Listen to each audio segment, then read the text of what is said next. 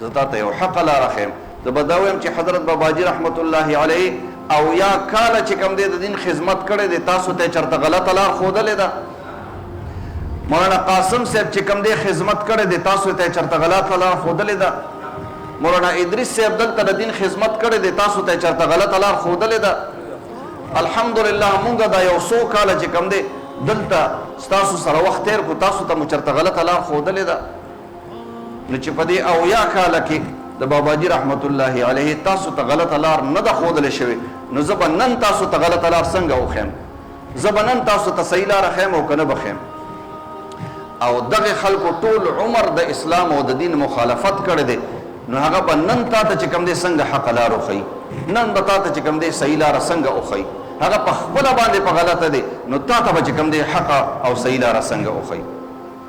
ولې دا خبرې ټولې په ریکارډ باندې موجود نه دي، دا خبرې ټولې تاسو اورېدلې نه دي، د دې ټولو خبرو نه تاسو واقف نه یې. هر سړی په دې خبره باندې پوهه دی عزتمندو. د علماء کرامو ملګرتیا پکار ده چې عالم زما سره د پیدایش نه واخله تر جنته پورې ملګرتیا کوي په دومره لوی سفر کې، او بیا دې زه د عالم مخالفت کوم او د عالم په مقابله کې دې راځم.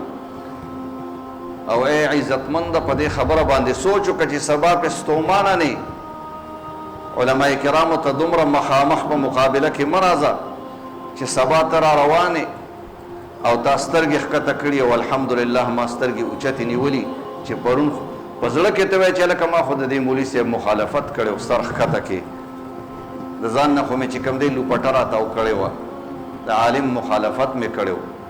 نو ته به په کومو سترګو بیا زما سره مخامخ کېږي؟ ته به په کومو سترګو ما ته د خادع وینا کې؟ ته به په کومو سترګو بیا ما ته د غم وینا کې؟ ته به په کومو سترګو ما ته بیا چې کوم دی د دعا وینا کې؟ ستا په سترګو کې به حیا بیا نه وي؟ عزتمندو هسې نه چې سبا ستا سترګې بیا ښکته یي او زما سترګې اوچتي. عزتمندو دا سترګې د خپله مخ ښکته کول کې دا سترګې دې اوچتې وساته او بحاله او برقرارې وساته. زه ستا عزت کوم، ستا قدر کوم، نو بیا ته ولې زما په مخالفت کې راځې؟ بیا ته ولې زما د علماء کرامو په بې ادبۍ او په اختلاف کې راځې؟ عزتمنده